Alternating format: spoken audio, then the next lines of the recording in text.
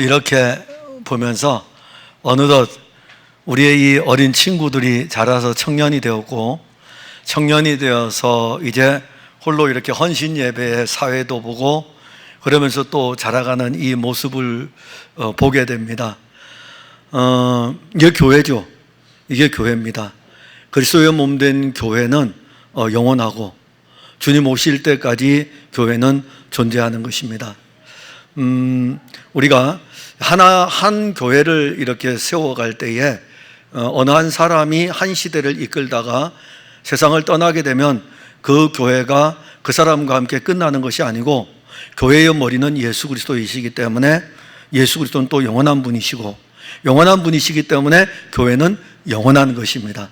오늘 우리 청년들 이 모습을 이렇게 보게 되었습니다. 지난번에는 우리 교회학교 선생님들, 그리고 또 SFC 운동원들, 또 거기에 여름 성경학교, 이런 일련의 과정들, 우리가 볼 때에는 얘들에게, 이 아이들에게 믿음이 자랄까 이렇게 생각할지 모릅니다. 그렇기 때문에 우리가 기도해 주는 거예요. 그렇기 때문에 우리가 기도해 주고, 그리고 또 그렇기 때문에 우리가 이들을 위해서 물질로 이들이 함께 세워져 가는 일을 위해서 동역하고 그러한 것입니다. 아무튼 우리 청년들이 이렇게 잘 자라가지고 또다시 여러분들이 때가 되면은 결혼도 하게 될 것이고, 결혼을 하게 되면은 여러분들은 또 교회 공동체를 섬기는 일들을 위해서 또 유익하게 사용되게 될 것입니다. 한 5, 6년 전에 우리 교회의 청년들 그룹들이, 한 그룹이 전부 다 이렇게 교회에서 결혼을 해가지고, 근데 참 감사한 것은 교회 안에서 다 결혼을 했어요. 그죠? 그래서 이제 시간이 지난 뒤에 보니까는 어느덧 이 가정들 가운데에 자녀들이 하나, 둘 이렇게 형성이 돼가지고 또 교회 학교가 운영이 되게 되고, 이런 모습들을 보게 됩니다. 오늘 우리가 살펴볼 말씀은 고린도 후서의 이 말씀을 계속 보려고 합니다. 사실 바울은 대단한 사람입니다. 그러니까 우리가 일반적으로 표현할 때에 바울은 정말 대단해요. 믿음에 대해서도 대단하고, 하나님이 그를 통해서 이루신 일들도 엄청납니다. 우리가 어떤 면에서 보게 되면은 우리가 그리스도를 위해서 수고하고 우리가 그리스도를 위해서 다름질하여 온 이 그 어떤 것보다도 바울이 한 사역은 엄청납니다. 그럼에도 불구하고 바울은 교회를 세우는 일들과 양떼를 돌보는 일들을 감당해 나가면서 한 번도 사실은 자기 자신을 자랑하지를 않았습니다. 바울은 그렇게 수고하고 애써도 그리스도의 몸된 교회가 세워지기를 원하는 간절한 마음이 강했습니다. 문제는 이러한 일들이 일어나고 있을 적에 교회 안에는 교회를 허물려고 하는 세력들이 들어옵니다. 그럴 때에 제일 먼저 공격하는 것은 당시의 교회의 지도자였던 바울이었습니다.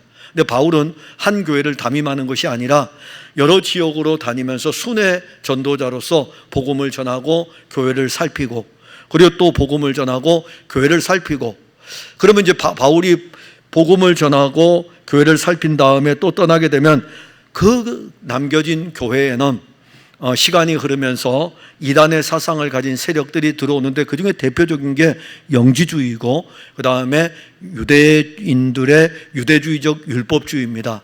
자, 영지주의라고 하는 이 자체는 어떤 것을 가르치냐면은 육은 악하고 영은 선하다라는 이원론적인 사고를 가지고 교회 안에 들어오게 됩니다. 그런데 더 무서운 것은 또 유대인들이에요. 유대인들이 그리스도 예수를 믿고 난 이후에 이들은 여전히 유대인의 사고를 버리지를 못합니다. 그러니까 우리하고 똑같아요. 우리가 세상 가운데 살다가 예수 그리스도를 믿고 나면 세상을 버리지를 못해요. 그리스도의 말씀이 우리 안에서 일하는 것보다는 우리의 관점에서 자꾸 접근을 하게 됩니다. 어저께 제가 그 오산 옆에 가면 광은 기도원이 있어요. 그래서 이제 신학생들이랑 같이 광은 기도원 거기 성막 체험을 하러 갔습니다. 성막 체험을 하러 갔는데 그분이 성막에 대해서, 그 목사님이 성막에 대해서 이렇게 말씀을 하시는 거예요. 성막에 대해서 말씀할 때 성경 구절을 50개를 찾을 준비를 하기 때문에 성경을 가지고 가서 성경을 어디 찾으세요 막 그러거든요. 그러면 어디 찾고 읽어요. 그러면 읽을 때마다 꼭 혼돈되는 부분이 나오는 게 있어요. 그게 어떤 부분이냐면은 우리말로 해석하고 우리말로 생각하는 거하고, 그 다음에 이 말씀이 쓰여졌을 때 히브리 말로 쓰여진 것하고, 그분이 2번인가 3번을 그렇게 던졌어요. 뭐 어떻게 던지냐면은 이 말씀은 히브리 말로 쓰여졌습니까? 아니면 우리말로 쓰여졌습니까? 한 2번인가 3번을 던졌어요. 그러니까 그 같이 있던 같이 우리하고 또 다른 사람들까지 같이 이렇게 합쳐서 한 50명이 이렇게 들어갔었는데, 50명 정도가 들어갔을 적에 그분이 하시는 말씀이 다 우리의 시각을 가지고, 한국인들의 사고를 가지고 자꾸 접근을 하고 있다고 그렇게 이야기를 하더라고요. 맞아요. 우리는 우리의 사고를 가지고 접근을 하는 경우가 많습니다. 이 지금 우리가 고린도 교회의 이 모습을 보더라도 유대인들이 지금 유대인 율법주의자들이 들어왔죠. 그러면 그들은 예수 그리스도를 영접하고 난 다음에 유대인들 중에서는 여전히 어디에 매여 있냐면은 유대인의 사고에 매여 있습니다. 그러면 이 유대인의 사고는 그리스도로 말미암아 깨어지게 되고, 오히려 유대인들이 가졌던 그 놀라운 것들은 그리스도로 말미암아 더 풍성하게 나타나야 되는데 거치는 돌이 돼버렸어요. 거치는 돌이 돼버리기 때문에 이 문제는 교회를 어지럽히는 일이 됐습니다. 교회가 왜 그때 당시에 어지럽혀졌냐면은 유대인들이 유대주의적 사고를 가지고 교회를 계속 접근을 하는 거예요. 그러면 이제 바울은 그 문제를 풀어가야 되기 때문에, 교회가 어려우니까는, 그 힘들고 막 교회가 혼돈 가운데 있으니까는 그것을 풀 수 있는 유일한 키는 구원의 실제이신 예수 그리스도였어요. 그래서 예수 그리스도를 증거해 가지고 유대주의적 율법주의와 끊임없이 이렇게 대립을 합니다. 오늘 이 내용을 우리가 볼 때는 앞에 부분을 보면 돼요. 바울은 부득불 자랑하고 있어요. 원래 자랑하지 않습니다. 바울의 자랑은 오직 예수 그리스도입니다. 바울이 증거하는 것도 예수 그리스도이고 그의 입에서 나올 수 있는 것은 예수 그리스도밖에 없습니다.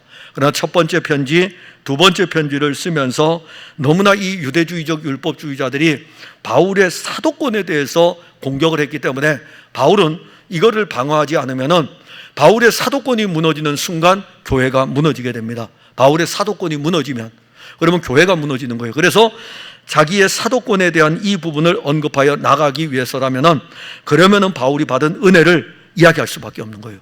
그럼 바울이 받은 은혜를 이야기를 해야 되니까는 바울이 받은 바 이 놀라운 은혜 가운데 하나가 뭐냐면은 하늘의 3층천에 갔다 온 거예요. 누구도 가보지 못했던 하늘의 3층천, 하나님의 나라를 다녀온 곳입니다. 자, 하나님의 나라를 다녀온 것에 대해서 바울이 언급을 했어요. 그런데 그 하나님의 나라가 어떠한지에 대해서 그걸 푼 것이 아니에요. 내가 하나님의 나라에 그 일 갔다 왔는데 어떻게 갔다 왔는지에 대해서, 내가 영으로 갔다 왔는지 육으로 갔다 왔는지 그것에 대해서 내가 말할 수 없다 이겁니다. 내가 알지 못하고, 이렇게 언급하는 것은 거짓 사도들로 인하여 가지고 교회들이 혼돈 가운데 있을 때 내가 믿는 예수, 내가 예수를 믿음으로 말미암아 누리고 있는 이 은혜가 얼마나 큰지에 대해서 알려주는 거죠. 그러면서 또 한면에서는 내가 그런 많은 은혜를 입었음에도 불구하고 나는 여전히 육체적으로 연약한 것이 있다 이겁니다. 육체적으로 연약한 것이 있다라고 하는 이 말씀은 내가 예수 아니라 이겁니다. 내가 예수 아니고 내가 예수 그리스도를 증거하고 예수 그리스도를 알려주고 그 일을 하지만은 나는 예수 그리스도가 아니라 이거예요. 나도 여전히 연약한 존재라는 것입니다. 그래서 이 연약한 존재이기 때문에 내 이 연약한 육신의 문제를 가지고 하나님께 기도하였는데 하나님의 답은 내 은혜가 내게 족하도다. 오히려 내 능력이 너의 약한 가운데서 온전하여 침이라. 사실 이 말씀은 엄청난 은혜입니다. 우리가 강하죠. 우리가 강해요. 그래서 교회 생활하면서 우리가 너무너무 강합니다. 우리가 교회 생활 해왔던 신앙의 전통들이 강하고 내가 그동안 경험했던 수많은 교회의 일들에 대한 것들이 강하고 정말 우리가 강해요. 그러니 우리가 강하니까 우리 안에서 그리스도의 능력이 나타나려고 하니까는, 나타내게 되면은 사실 어떤 일이 벌일까요? 우리 자랑하겠죠. 우리가 강하니까 우리에게 능력을 계속 부어주면 우리는 지금도 지금 받은 은혜를 가지고 우리를 자랑하고 있고, 우리가 지금도 회자되는 세상의 말들이 뭡니까? 라떼는이란 말이 뭐예요? 내가 옛날 신앙생활 할 때에는 나는 그때는 이랬다고 이야기하잖아요. 그러니 주님이 만약에 그러한 상황에 있는데 은혜를 공급하여 주고 일하시면은 더 할 거 아닙니까? 그러니까는 우리가 약해야 돼요. 우리는 없었다 이겁니다. 우리는 아무것도 없었다 이거예요. 그럴 때에 주님이 능력이 우리에게서 강하다. 우리가 아무것도 없을 때에 그 말씀을 바울이 들었던 거예요. 음성으로 들을 때에 너가 약할 그때에 약한 데서 내 능력이, 그리스도의 능력이 온전하여 짐이라 라고 말씀을 했어요. 그러면 그리스도의 능력이 그에게 온전하여졌을 적에 그리스도의 능력이 누구에게 머물러 있습니까? 바울에게 머물러 있게 됩니다. 그러니까 자기가 강한 사람에게는 그리스도의 능력이 역사할 수가 없죠. 내가 약하기 때문에, 나는 능력이 없기 때문에 그 능력이, 그래서 육체의 가시가 없어지기를 위해서 주께 3번 간구하고, 우리에게 주어진 수많은 문제들, 자녀를 위해서 기도해야 되고 직장을 위해서 기도해야 되고 걸리는 문제들 많고 신앙생활 하는데 얼마나 많은 문제들이 있습니까? 이것 때문에 누가 강해집니까? 내가 할 수 없는 것을 알고 그리스도의 능력이 우리에게 강할 뿐만이 아니라 그 능력이 우리에게 머물러 있다 이겁니다.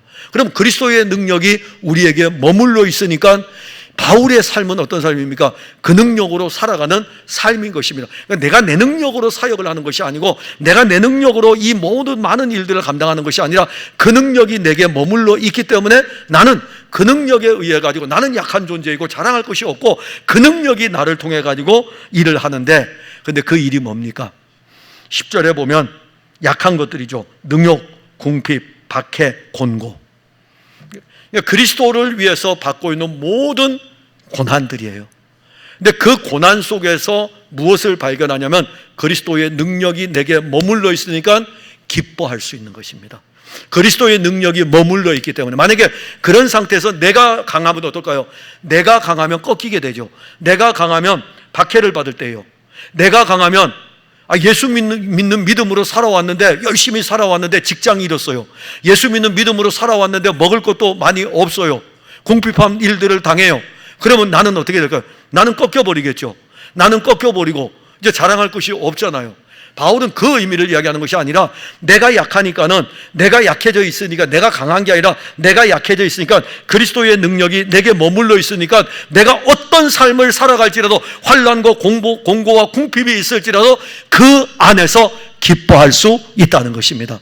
자, 이것이 바로 바울이 누리고 있는 그리스도의 풍성이에요. 그러면 바울은 오늘 우리가 본문에 들어가기 전에 내가 약한 그때의 강함이라는 이 말씀은 내가 약하기 때문에 그리스도가 강한 거예요. 그러니까 우리는 우리가 약할 때에 그리스도가 강함을 체험하게 됩니다.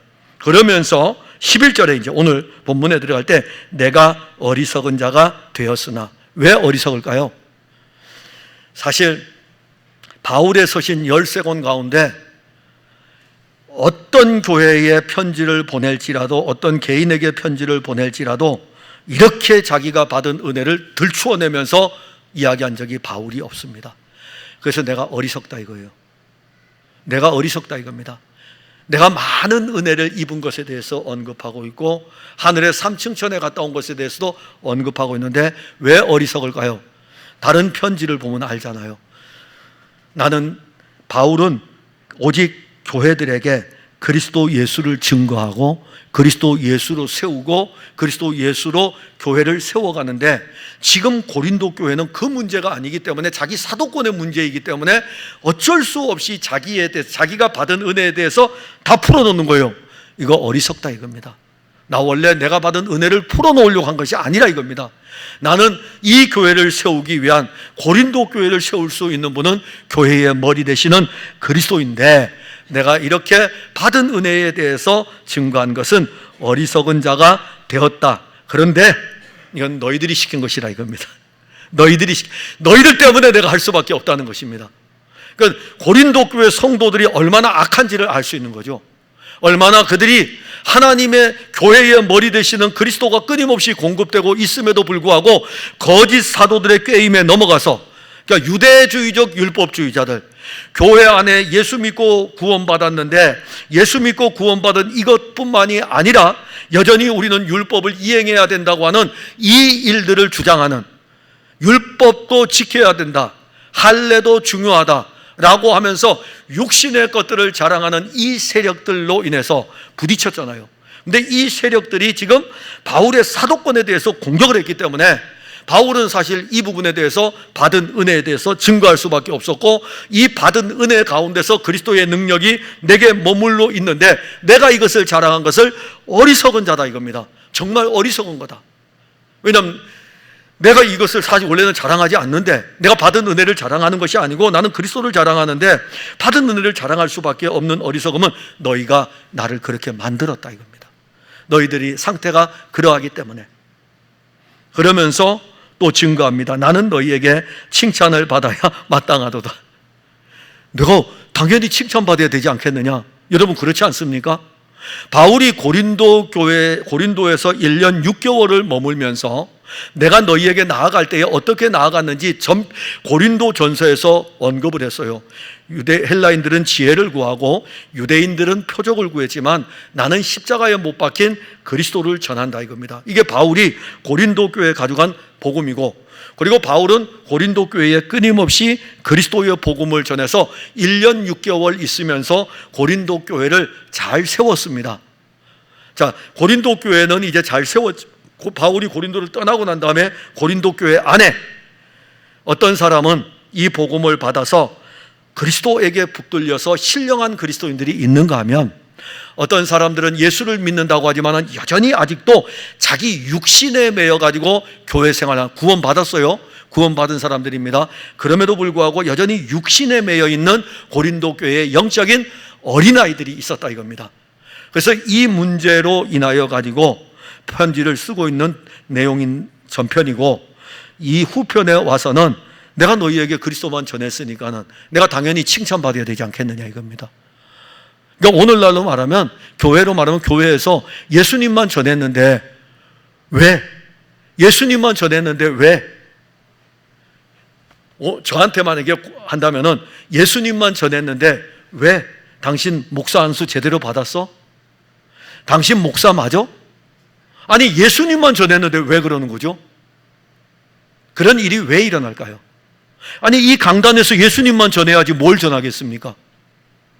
제가 받은 은혜를 자랑하라고요? 받은 은혜 자랑하면요 신보들이 별로 안 좋아요. 또 받은 거 자랑하네 또 그런다고요. 그러니까 예수님만 자랑하는 거예요. 예수님만. 그리고 예수님만 자랑해야 예수님이 여러분들 안에서 믿음을 일으켜가는 것입니다. 그런데 내가 이렇게 하는 것에 대해서 내가 뭐 잘못했냐 이겁니다. 오히려 너희들이 칭찬해 주어야 되지 않느냐 이거죠. 아니 우리 목사님 예수님만 전해, 그걸로 칭찬해 줘야 되지 않느냐. 그 말씀이 왜 그러냐면 14절 우리가 읽지 않았지만 다음 주에 보지만은, 보라 내가 이제 세 번째 너희에게 가기를 준비하였으나 너희에게 폐를 끼치지 아니하리라. 내가 구하는 것은 너희의 재물이 아니요. 지금 거짓 사도들은 뭘 구했죠? 교인들을 어지럽혀 가지고 재물을 구하는 거예요. 여러분들이 예수 믿는다면, 예수 믿으면 사역자들을 위해서 뭔가를 더 해야 되지 않겠습니까? 그런 세력들하고, 그 다음에 예수님만 전하고 있는 이 바울하고 여러분들은 어느 편이 맞다고 생각하십니까? 바울은 예수님만 전했잖아요. 그래서 이 편지에 그래 칭찬을 받아야 마땅하도다. 당연히 마땅하죠. 칭찬과 존귀와 영광이 바울에게 있어요.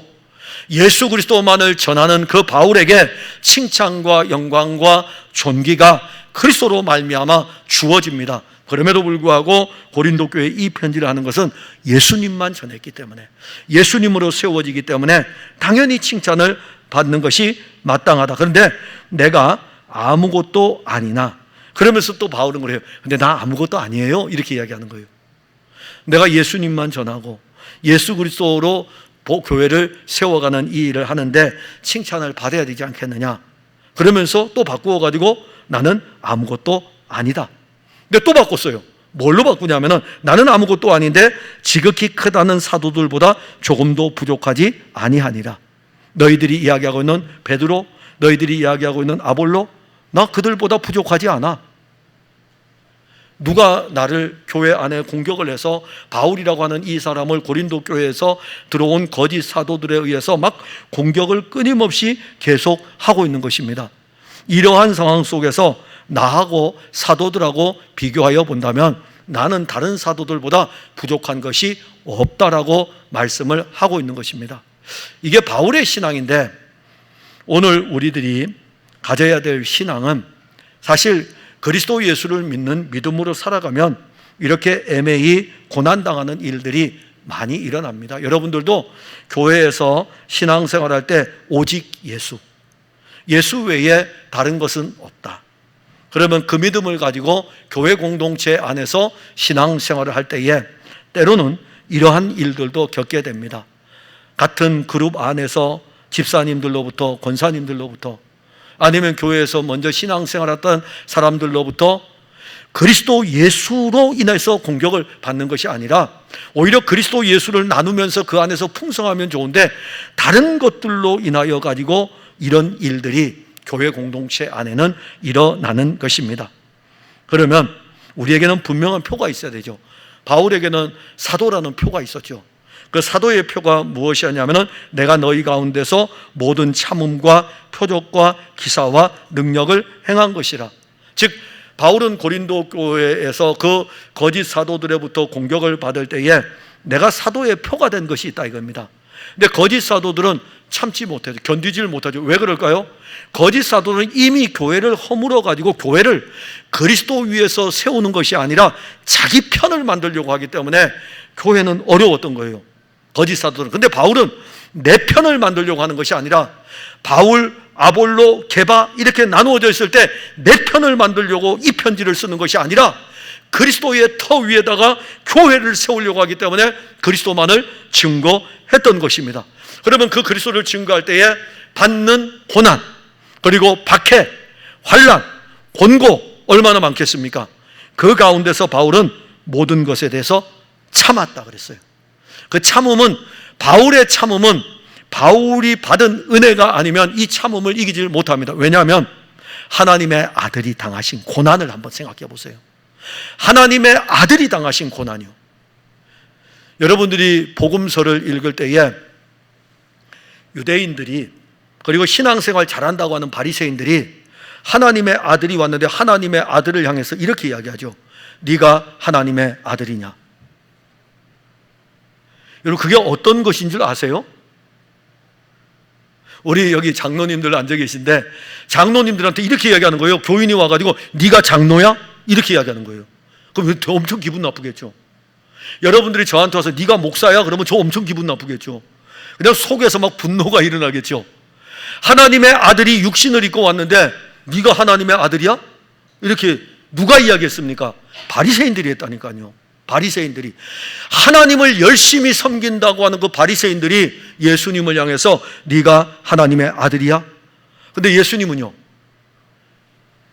한 대 탁 내리치면 좋은데, 한 대 내리치면 좋은데 참으시잖아요. 견디시잖아요. 왜 견디실까요? 십자가를 통해서 우리의 구원을 이루셔야 되기 때문에 그냥 견디시는 거예요. 다른 거 없어요. 예수님이 뭐 인내하고 싶으셔서 인내하시는 그런 측면이 아니라 그냥 예수님 딱 얻어맞으시면은 그냥 애매히 고난 받는 거예요. 그냥 그 자체예요. 근데 이 고난이 어디까지 가냐면 십자가까지 가게 되고, 이 십자가에서 형벌을 받으시면서 참으시는 것, 끝까지 견디시는 것은 우리의 구원을 위해서인 것입니다. 그럼 바울은요, 내가 사도에 표된 것은 모든 참음이에요. 사도가 무엇일까요? 사도는 아포스텔로스, 보냄을 받은 자잖아요. 그리스도가 보내신 거예요. 그러면 그리스도가 뭘 위해 보냈습니까? 그리스도를 전하도록 보낸 것입니다. 그럼 그리스도를 전해가지고 그리스도의 교회를 세워가는 일에 여러 일들을 만날 때에 참을 수밖에 없는 것은 자기의 의지로 참는 것이 아니고 그리스도의 참음의 은혜 아래에 있기 때문에 사도에 표된 것은 참는 거죠. 사도에 표된 것. 그 다음에 바울을 통해서 나타냈던 표적과 기사와 능력. 왜냐하면 하나님이 바울을 사도로 보내셨기 때문에 바울을 통하여 가지고 사도라는 모든 능력들을 다 나타내 보여주십니다. 그럼 우리는요? 우리는 그리스도인 아닙니까?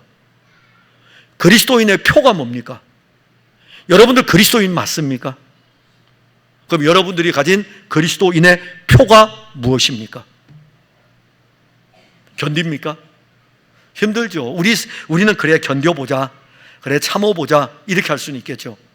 근데 견디고 참아보려고 그러면은 우리의 원래 육신의 본성은 이 안에서 막 분노와 시기, 질투 이런 것들이 일어나지 않습니까? 그래서 우리의 표된 것은 어디냐면 십자가로 갈 수밖에 없어요. 십자가로 가서 그리스도가 누렸던 그 은혜 안으로 가는 것입니다. 그 은혜 아래서 우리는 그리스도의 사랑을 다시 한번 깨닫게 되는 것이죠. 우리의 표된 것은 무엇입니까? 우리는 그리스도로 옷 입었습니다. 우리는 그리스도로 옷 입었어요. 그러니까 우리를 통해서 나타내는 것은 그리스도의 능력입니다. 그리스도가 하시는 일들이에요. 그러니까 여러분들의 삶을 통해서 이제는 그리스도가 일하고 계시는 거예요. 아까 우리가 찬송 부를 적에 그 내용들이 있었죠. 우리 안에 있는 것들을 보잖아요. 우리 안에 있는 그리스도를 보잖아요. 서로가 서로를 보면서 서로가 서로를 격려하고 사랑과 선행으로 격려하는 것은 우리 안에 있는 그리스도이기 때문에, 우리 안에 있는, 그래서 사랑과 선행으로 서로 격려하는 거죠. 우리 안에 있는 그리스도, 이게 바로 그리스도로 옷 입은 것입니다. 이게 우리가 그리스도인인 표인 거예요. 그리스도인의 표, 내가 그리스도를 가지고 있다는 그 표입니다. 저한테는 휴대폰에 무엇이냐면 19일부터 18일 주일날 밤 9시 비행기를 타고 필리핀으로 가는데 그 비행기 표가 있다고요. 이 표가 있어요. 그래서 이 표를 잘 가지고 있다고요. 왜냐하면 이 표 가지고 세미나를 하러 가야 되기 때문에. 근데 저한테 또 하나의 표가 있어요. 예수 그리스도를 믿는 믿음의 표가 하나 있어요. 왜냐하면 이 표를 가지고 저는 천국을 가기 때문에. 여러분들도 다 가지고 계시죠. 근데 이 표를 가지고 천국 가는 날 동안에 이 표를 가지고 이 땅에서 살아갑니다. 근데 많은 고난이 있을 것이고 어려움이 있지만은 우리를 통해서, 우리의 삶을 통해서 그리스도가 일하시기 때문에 그게 바로 표적이고 그게 바로 능력인 것입니다. 그리고 13절에 내 자신이 너희에게 폐를 끼치지 아니한 일밖에. 참 이게 고린도 교회 앞에서 어떤 문제가 있었죠? 이게 고린도 교회가 참 문제가 많긴 많아요. 많기는 많은데 자기들만 문제를 가지고 있으면 되는데 다른 것까지 싸잡아 가지고 모든 문제를 가져옵니다. 무슨 문제였을까요? 원래 고린도 교회 바울의 연보에 선교를 하는 일들과 예루살렘 교회가 어려움을 겪을 때에 연보를 하는 이 일을 자기들도 한다 그랬어요. 근데 안 하고 있었다고요. 그런데 마게도냐 교회가 했어요. 자, 마게도냐 교회가 하고 나니까는 그 다음에 마게도냐 교회가 한 이 연보를 가지고 오게 되면 고린도 교회는 어떻게 해야 될까요? 우리도 해야 되는데 마게도냐 교회보다 고린도 교회가 더 큽니다. 더 부자예요. 어떻게 비교하면 되냐면은 서울의 강남에 있는 교회인 100명하고 우리 화성에 있는 교인 100명하고 헌금 액수 자체가 다릅니다. 고린도는 로마 제국의 5대 도시 가운데 하나입니다. 이 마게도냐 지역의 빌립보 교회는 퇴역 장성들, 그 당시에 로마에서 나오는 연금으로 살아가는 사람들이 모여 있는 곳입니다. 이 상업의 도시하고 연금으로 살아가는 도시의 이 헌금 자체가 달라요. 그런데 이 마게도냐 교회는 극한 가난 속에서도 예루살렘 교회를 위해서 연보를 했어요. 그러나 고린도 교회는 연보를 한다 하고서 안 한 거예요. 오죽하면 바울이 고린도 교회에 언급할 때에 억지로 하지 말라 이겁니다. 하나님 억지로 내는 거 안 좋아하신다고 그 말씀을 하시는 거예요. 그런데 오늘 14절 다음 주에 보겠지만은 내가 너희에게 폐를 끼치지 아니하리라. 내가 구하는 것은 너희의 재물이 아니라 이겁니다. 그러니까 굉장히 돈에 민감했어요. 고린도 교회 성도들이 돈에 민감해 있었습니다. 그래서 바울이 이 편지를 13절에 쓰면서 내가 자신이 너희에게 폐를 끼치지 아니한 일밖에 다른 교회보다 부족한 것이 무엇이 있느냐. 다른 교회는 바울이 요청했어요. 어려운 교회 도와줍시다. 선교하는데 로마 교회 편지를 보낼 때는 이렇게 쓰잖아요. 나는 너희들로부터 도움을 받아가지고 서바나까지 가기를 원한다라고 그렇게 편지를 썼다고요. 근데 고린도 교회는 그런 요청을 안 했어요. 아예 그 내용이에요. 내가 너희들에게 폐를 끼치지 않는다 이겁니다. 그냥 그만한 그릇이 안 되기 때문에, 그만한 영적인 그릇이 안 되기 때문에 그걸 못하는 거예요. 그럼에도 불구하고 영적인 그릇이 안 되니까는 다른 사람들이 하는 것까지도 이렇게 물고 뜯는 거죠. 그래서 바울은 내가 너희에게 정말 내 자신이 너희에게 폐를 끼치지 아니한 일밖에 내가 다른 거 무엇이 있겠느냐 이겁니다. 내가 오히려 다른 교회에 내가 요청을 했어도 너희들에게는 폐를 끼치지 아니했다. 그럼 바울은 고린도에서 어떻게 사역했을까요? 천막 기부면서 사역했어요. 천막 기부면서. 저 작은 교회들 목회자를 만납니다. 참 우리가 한 몸의 교회이면서 가슴 아픈 이야기들이 있어요. 아주 작은 교회 목회자들이 교회 운영이 어렵잖아요.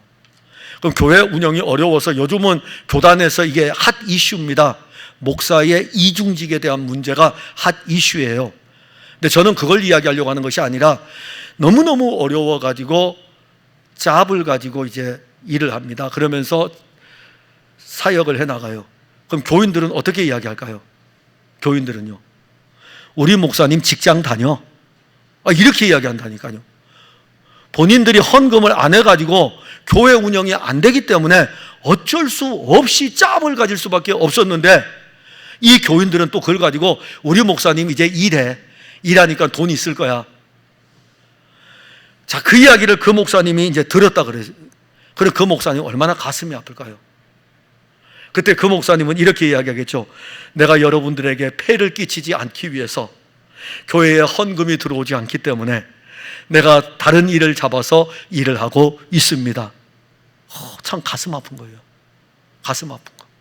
고린도 교회에서 바울이 천막 깁는 일을 하면서 복음을 전했어요.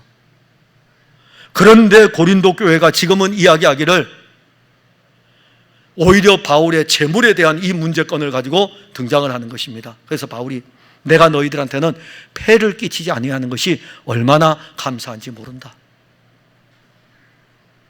우리가 믿음 생활하면서 바울이 이 편지를 쓰는 이 내용을 볼 때에 영적인 생명의 공동체가 하나로 세워져 갈 때에 바울은 내가 너희들에게 다른 교회보다 부족하게 한 것이 무엇이 있느냐?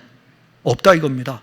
그리스도를 풍성히 공급해 가지고 세워가는 이 일인데 왜 다른 것들로 가지고 이렇게 나의 문제, 사도에 대한 문제권을 가지고 이렇게 힘들게 하느냐라고 하면서 교회를 어떻게 세워가야 되는지를 알려줍니다. 사랑하는 성도 여러분, 정말 우리가 염려하고 걱정해야 될 것은 교회를 위한 것입니다. 교회를 위한 것이에요. 오늘 처음으로 안수집사회 기도회를 했습니다. 오늘은 제가 인도했고 다음 달부터 한 달에 한 번씩 안수집사의 기도회를 시작을 했어요. 저는 이 안수집사의 기도회가 계속 진행될 뿐만이 아니라 한 달에 한 번이 아니라 한 달에 권사의 기도회처럼 한 달에 두 번씩, 아니 더 나아가서 우리 그룹들마다 교회에서 기도하는 일들이 일어나면 정말 좋을 것 같아요. 생명의 공동체로 함께 세워져가는 이 일을 위해서 우리가 다름질하는 것 아니겠습니까? 우리는 풍성한 교회에서 우리 사랑하는 청년들하고 그리고 우리 모든 성도들이 한 몸의 교회로 세워져 가는 것입니다. 근데 여기에는 교회의 머리가 되시는 그리스도가 반드시 있어야 되고 그리스도로부터 양분이 끊임없이 공급돼야 성도들의 믿음은 자라고 한 몸의 교회로 자라갑니다. 그런데 악한 영은 이 교회를 이런 교회를 허물기 위해 가지고 주변에 일어났던 다른 상황을 가지고 본질이신 그리스도를, 교회를 공격을 합니다. 이것은 우리의 염려가 돼야 되고 우리의 염려는 우리의 기도가 돼야 되고 우리의 기도를 통해 가지고 바울이 받았던 이 은혜의 풍성함도 우리도 함께 누리면서 한 몸의 교회로 세워져가는 이런 복이 이 교회 공동체 안에서 일어나기를 바랍니다. 기도하겠습니다. 하나님, 은혜를 감사합니다. 교회를 위해서 염려하는 바울의 염려가 짧은 구절 안에 담겨 있습니다. 바울은 복음이신 그리스도를 증거하고 그리스도로부터 양분을 공급받아 교회가 한 몸으로 자라가는, 한 몸의 지체로서 함께 지어져가는 교회를 언급하고 있습니다. 그러나 교회 안에 침투한 거짓의 세력들은 교회를 허물기 위해서 자기의 이익을 챙기며 자기의 의견을 주장하므로 고린도 교회가 위기를 만났습니다. 그럴지라도 바울은 이 교회를 세우기 위해서 부득불 자기가 받은 은혜에 대해서 자랑하지만 실질적으로 바울은 이 고린도 교회가 그리스도의 터 위에 세워지기를 원하였던 것입니다. 우리 풍성한 교회도 예수 그리스도의 터 위에 세워지게 하시고 그리스도의 복음의 능력이 모든 성도들과 함께하게 하옵소서. 예수님 이름으로 기도하옵나이다. 아멘.